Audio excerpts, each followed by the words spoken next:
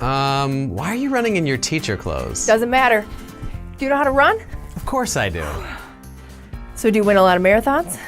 Well, maybe if I train enough, but I can still catch a bus when I'm running late.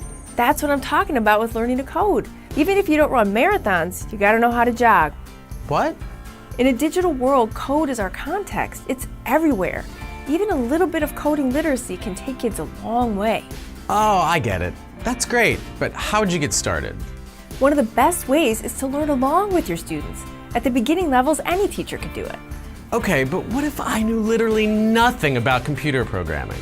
There are actually tons of tools to help. And it seems like a lot of them use those visual drag and drop games and puzzles. Plus, you could think of it as an opportunity to model for your students how to learn something new or unfamiliar. I like how that gets students thinking about their own learning, but you know, students are gonna have questions we can't answer. You don't need to have all the answers. Help students become the experts and support each other along the way. You mean like in collaborative groups? It could be, but also think about setting up a student-led knowledge base in your class. That's definitely a student-centered approach. It could even just be an advice board in your classroom. Or you could have kids set up a class FAQ online. Kids could even record their own video tutorials. Everyone's going to be learning at their own pace, but they can still collaborate. This is all great, but coding can be hard, even really frustrating sometimes. How do we keep kids motivated to push through? Think of it this way. Let students' own interests drive their learning. Intrinsic motivation is the path to persistence.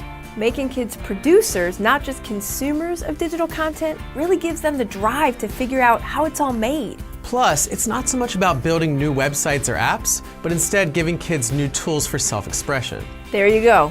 3 tips to get your Learn to Code lessons up and running.